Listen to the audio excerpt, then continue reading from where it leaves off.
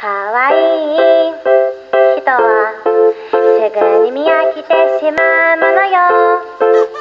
かわいい人はすぐに見飽きてしまうものよ。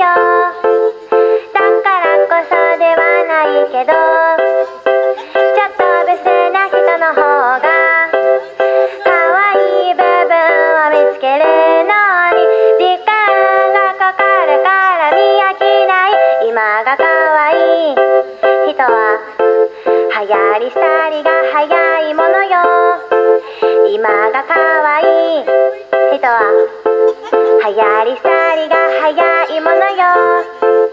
だからこそではないけど